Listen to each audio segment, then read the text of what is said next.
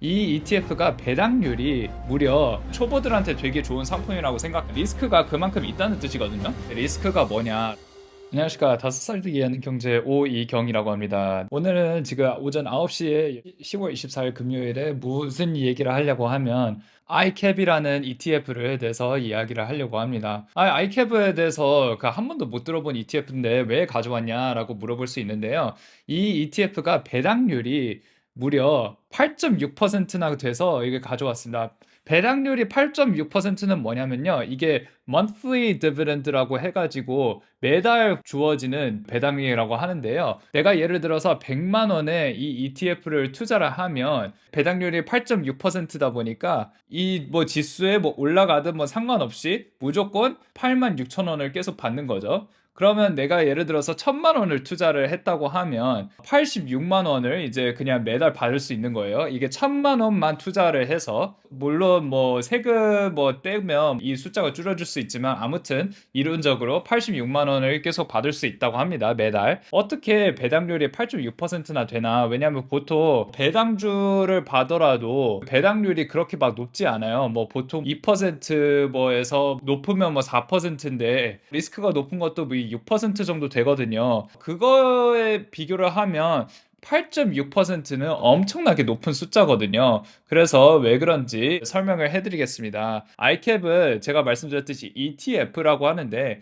ETF는 여러 가지 주식들을 이제 막 모아서 투자하는 상품입니다. 그러니까 한 통에다 이렇게 모으거든요. 주식을 뭐 예를 들어서 맥도날드에 투자한다, 뭐 아마존에 투자를 한다, 뭐 이렇게 따로따로 투자를 하는 게 아니고 맥도날드는 한 뭐 0.8%, 아마존은 뭐 2%뭐 이렇게 투자를 해가지고 아마존이 수익이 많이 나면 이제 수익 이익이 나는 거고 그다음에 맥도날드가 예를 들어서 팍 떨어져도 이렇게 큰 타격이 없어가지고 되게 안정적이죠. 그렇지만 ETF의 단점은 뭐냐면요. 아마존이 엄청나게 큰 수익을 얻었어도 ETF는 조금만 올라가거든요. 반대로 그 리스크도 되게 줄죠. 그래서 ETF는 초보들한테 되게 좋은 상품이라고 생각해요. 주식을 처음 투자하시는 분들은 뭐 예를 들어서 나는 큰 돈을 벌지도 않고 잃지도 않을래 라고 하면 ETF를 강력하게 추천드린다고 말씀을 드릴 수 있고요. 그런데 이거 iCap은 그냥 ETF가 아니고 커버드 콜 ETF거든요. 커버드 콜. 커버드 콜은 조금 더 어려워요. 그래서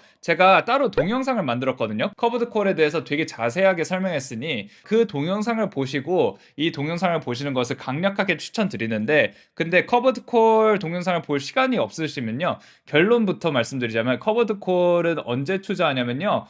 주가가 내려가거나 올라가거나 이게 확실하지 않고 애매할 때 투자하는 겁니다. 애매할 때. 어떤 주식은 박스권이라고 있는데요. 박스권은 이 계속 올라갔다 내려갔다 올라갔다 내려갔다 올라갔다 내려갔다 하는 주식들이 있어요. 옆으로 기어가는 주식 있지 않습니까?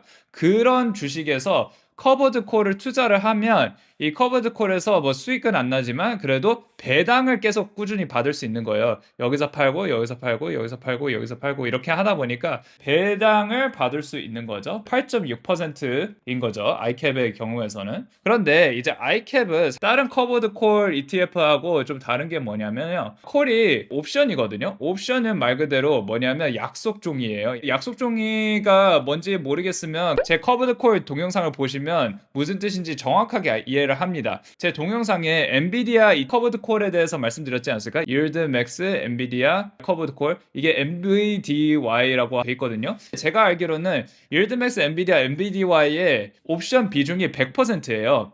그래서 이제 아무리 엔비디아 주가 확 올라가도 여기에 투자하면 올라간 만큼 수익률을 못 받습니다. 엔비디아에 투자를 했으면 뭐 예를 들어서 100% 수익률을 얻었으면 그 NVDY에 투자를 했으면 1% 수익을 못 얻는데 그 대신 꾸준히 계속 배당을 그 높게 받으니까 NVIDIA에 투자를 하는 거거든요. 이게 왜 이렇게 차이가 나냐면요. 옵션에 100%를 투자를 하기 때문에 이렇게 큰 차이가 나거든요. 엔비디아 투자하는 거하고 그냥 이 NVDY에 투자를 하는 거하고 커버드 콜을 대부분 이제 100%의 옵션에 투자를 합니다. 말씀드렸듯이 약속 종이에 투자를 하는데 근데 이게 iCap은 100%에 투자를 하는 게 아니고 거기서 30%에서 40%만 옵션에 투자를 합니다. 이제 30%에서 40%에 투자를 하는 게 뭐냐면요. 이 주가가 왔다 갔다 할 때만 이게 그 배당을 통해서 돈을 더 벌 수 있거든요. 근데 아이캡은 수익에 이게 올라갈 때도 돈을 좀 벌 수 있고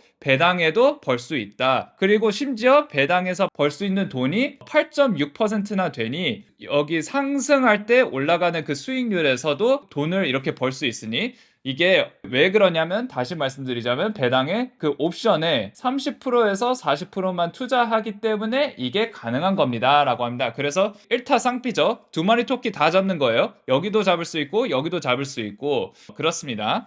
예, 정확하게 제가 작성한 블로그를 읽으면서 제가 그 말씀드리겠습니다. 아이캡은 사람들이 여러 회사에 같이 투자하는 큰 돈 모임이다. 그래서 돈 모아서 회사 주식을 조금씩 사는 펀드야. 여기서 배당 수익률은 8.6%나 됩니다. 그뿐만 아니고 시간이 지나도 배당이 점점 커지는 펀드다. 예, 여기 보시면 2024년에 이게 배당이 0.18로 주식 하나마다 배당이 계속 이렇게 분기마다 이렇게 올라가지 않았을까? 0.19로 또 올라갔고 그 다음에 0.190에서 0.1950으로 갔고 0.2로 이렇게 계속 이렇게 올라갔습니다. 계속 이렇게 꾸준히 더 준다. 분기마다 그 배당을 더 많이 받을 수 있으니까 이게 8.6% 플러스 알파라고 이렇게 볼 수 있거든요. 분기마다 이제 배당이 엄청나게 커지죠. 아이캡은 커버드 콜이라는 방법으로 투자를 합니다. 아이캡이 회사 주식을 가지고 있는데 이 주식을 나중에 팔게요 하면서 약속서를 파는 거야. 말씀드렸듯이 이게 무슨 뜻인지 모르면 제 커버드 콜 동영상을 꼭 보세요. 그 약속서를 산 사람은 약속에 돈을 미리 준다.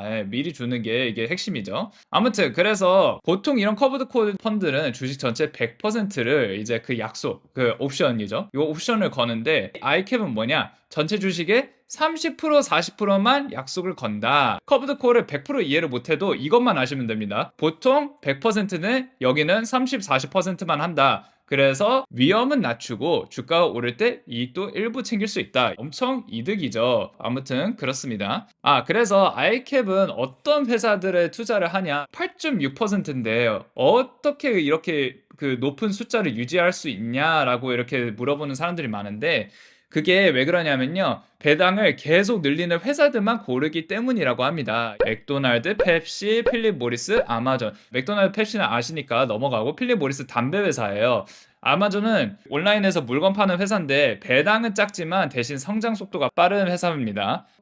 배당을 유지를 하는 게 아니고 꾸준히 자라게 하는 펀드입니다. 그래서 여기서 이게 핵심이 나오는 게 뭐냐면요. 커버드 콜이 사실 여기 그 보시면 아시겠지만 여기 expense ratio 보이지 않습니까? expense ratio가 3.19%라고 하는데 ETF 치고 엄청나게 높은 숫자입니다. 그래서 사람들이 역시 배당률이 높고 숫자가 너무 좋은 이유가 결국에는 내가 돈을 많이 내서 그렇구나 라고 생각할 수 있는데 사실 디비덴돌로지라는 그 유튜버의 설명에 의하면 사실 그게 절대 아니고 오해의 소지가 있다고 얘기를 합니다. 이게 왜 그러냐면요.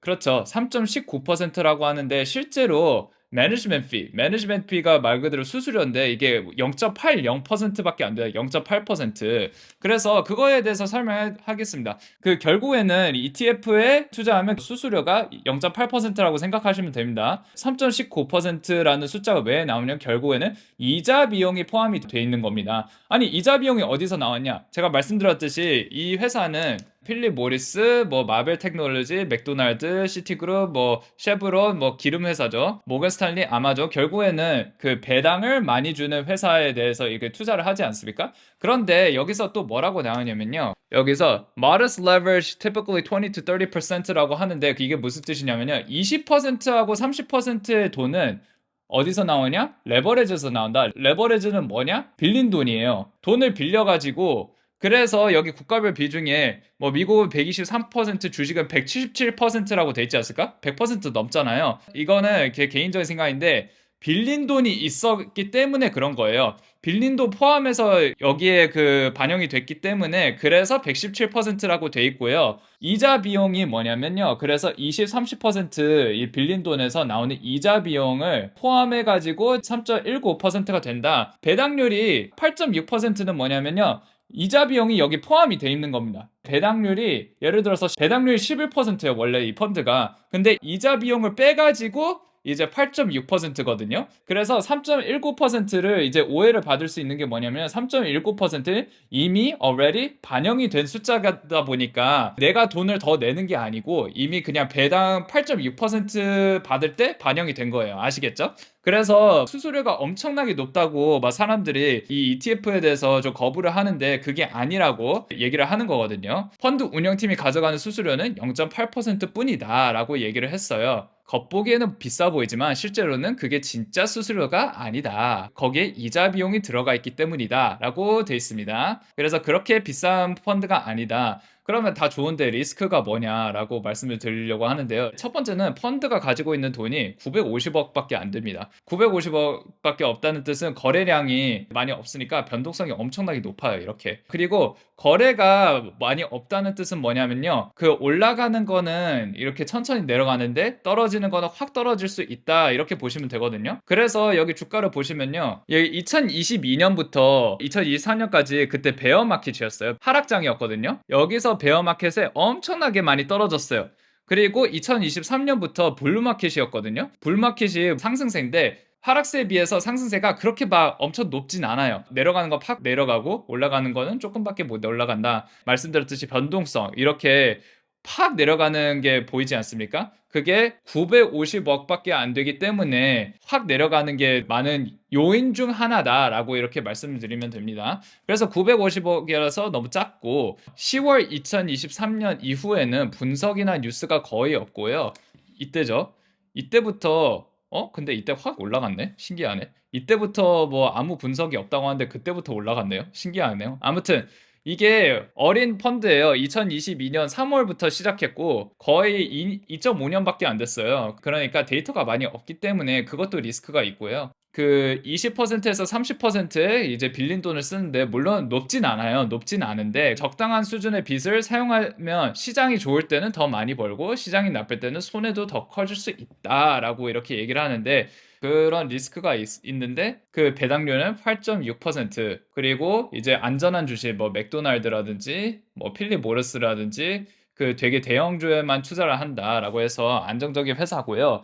자, 그래서 이제 차트 분석을 하겠습니다. 결론부터 말씀드리자면 이제 들어간다면 25달러에 들어갈 것 같아요. 왜냐하면 말씀드렸듯이 내려가는 게 더 빨리 이렇게 내려가고 올라가는 건 되게 천천히 올라가는 ETF거든요. 딱 보시다시피 굳이 여기 내려갔는데 여기 살 필요 없고 이제 더 내려갈 때 25에 조금 사고 그 다음에 여기 갈 때 조금씩 더 사면 그 꾸준히 8.6%의 배당률을 플러스 알파를 받을 수 있으니까 그것도 괜찮은 전략이지 않을까 싶어요. 근데 작은 금액으로 할 것 같아요. 이 TF의 사이즈는 950억밖에 안 되기 때문에 펀드를 운영하기에 되게 작은 숫자예요, 사실. 리스크가 그만큼 있다는 뜻이거든요. 950억 원을 운영하다 보니까 조금이라도 빠지면 이 펀드가 클로즈 할 수도 있어요. 자금이 별로 없으면 이제 문 닫는 회사랑 거의 비슷한 거죠. 저는 말씀드렸듯이 되게 보수적인 투자 성향을 갖고 있기 때문에 이것까지 고려를 하고 있긴 하거든요. 그래서 아무튼 오늘도 봐주셔서 감사드리고 구독, 좋아요, 알림 설정 부탁드리겠습니다. 감사합니다.